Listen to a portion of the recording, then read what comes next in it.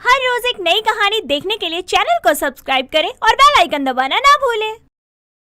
अंशिका बहुत खुश थी क्योंकि जिसे वो चाहती थी उसी लड़के से उसकी शादी होने वाली थी।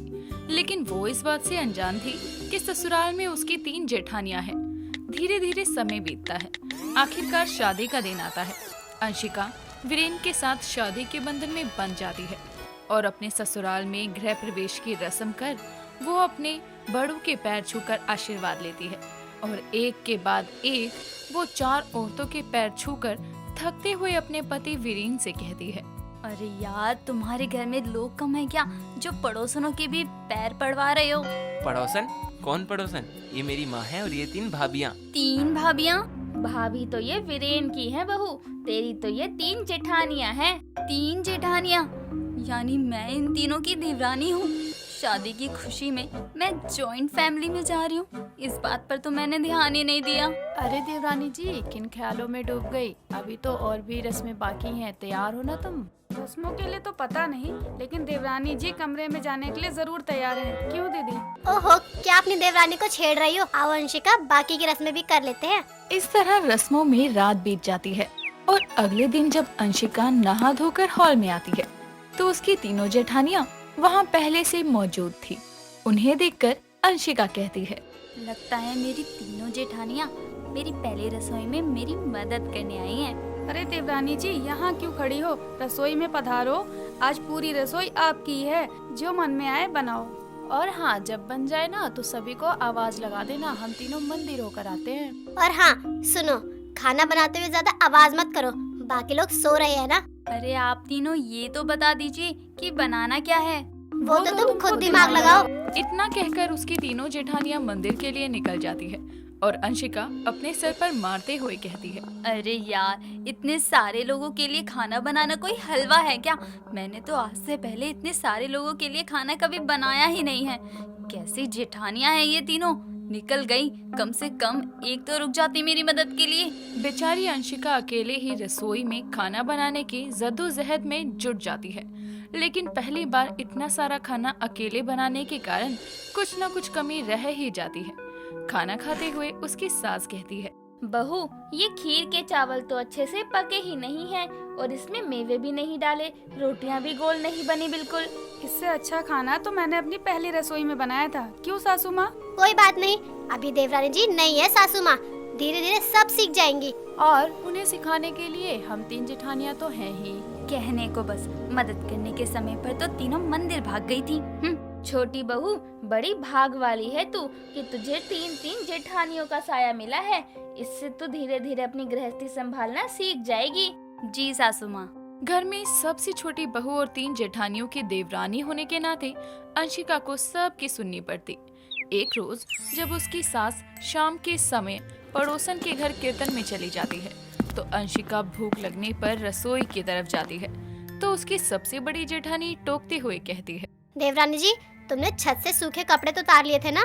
कपड़े नहीं तो। तुम्हें कपड़े धोते वक्त ही तो कहा था कि शाम होने से पहले याद से कपड़े उतार लेना। देवरानी जी, राशन की लिस्ट तो तुमने आधी ही बनाई है, तो तुम क्या चाहती हो कि महीने में 2 बार राशन आए? वो मैं पूरी कर ही रही थी कि मुझे भूख लग गई तो मैं कुछ खाने के लिए आई हूँ जेठानी जी। अच्छा, जो अपने लिए बनाओगी थोड़ा मेरे लिए भी बना देना, मुझे भी कुछ खाने का मन कर रहा है। हाँ, और शाम हो गई तो शाम की चाय भी चढ़ा ही दो, उसके बाद याद से कपड़े उतार लेना। सारे काम मैं ही करूँगी तो ये क्या बैठ के मंजीरा बजाएंगी? अंशिका बेचारी मन ही मन बोल कर रह जाती है, करती भी क्या। एक जेठानी हो तो भी वो सहन कर ले, लेकिन 3 जेठानियों को कैसे मना करे, ये उसे समझ नहीं आता। रात को जब अंशिका अपने कमरे में सोने के लिए जाती है तो देखती है कि वीरेन लैपटॉप लिए काम कर रहा है।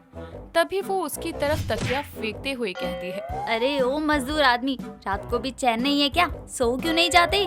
यार, बॉस ने अर्जेंट मेल की है, उसे ही निपटा रहा हूँ, थोड़ी देर बस। लगता है तुम्हारा बॉस मेरी तीनों जेठानियों का रिश्तेदार है। जैसे मेरी जेठानियाँ मुझे ये कर दिया, वो हो गया, ये तो किया ही नहीं करके परेशान करती रहती हैं, वैसे ही तुम्हारा बॉस वक्त बेवक्त काम देकर नाक में दम करता रहता है। कुछ भी मत बोलो, तुम्हारी 3 जेठानियों का देवर हूँ मैं, और अपनी भाभीियों के बारे में ये देवर बुराई नहीं सुनेगा।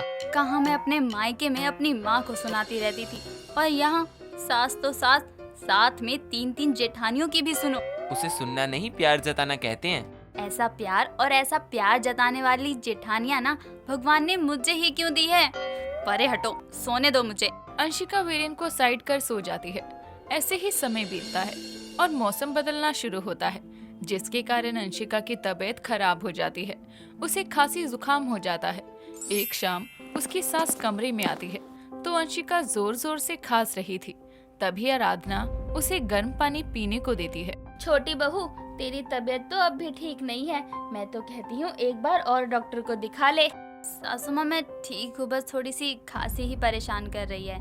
अंशिका बोल ही रही थी कि तभी उसकी बड़ी जेठानी रीमा उसके लिए सूप लेकर आती है और उसे देते हुए कहती है, सासू माँ, मुझे लगता है कि ठंडी हवाओं के कारण देवरानी जी की तबीयत ढीली पड़ गई है। देवरानी जी, ये सूप पी लो, गले को थोड़ा आराम मिलेगा। थैंक यू जेठानी जी।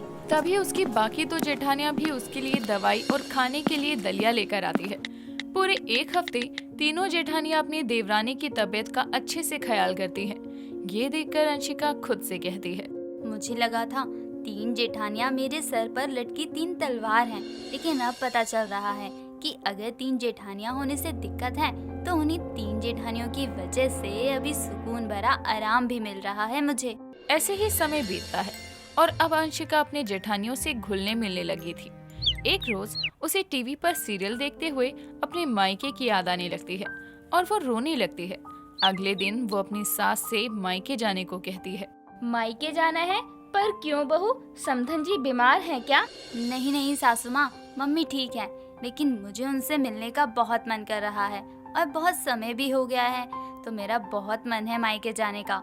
अरे बहू, घर गृहस्थी पर ध्यान दे। मायके जाकर क्या ही करेगी अभी? ना तो कोई तीज त्योहार है, ना ही कोई बीमार है। फिर जाने दीजिए ना सासू माँ। और क्या, वैसे भी जब तीनों जेठानियों के रहते हुए भी अगर देवरानी जी ससुराल की फिक्र छोड़कर अपने मायके या कहीं घूमने ना जा पाएं, तो हमारे होने का क्या फायदा।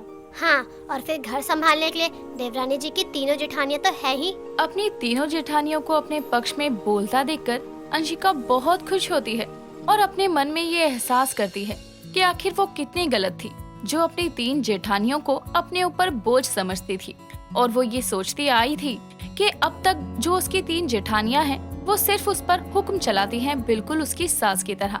लेकिन ऐसा बिल्कुल भी नहीं था।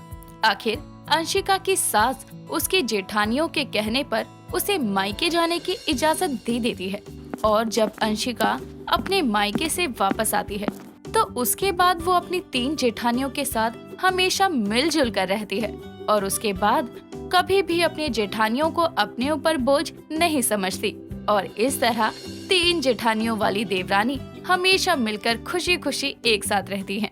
दोस्तों, अगर आपको ये कहानी पसंद आई तो इसे लाइक करें, शेयर करें और कमेंट करके बताएं कि कहानी में आपको सबसे अच्छा क्या लगा।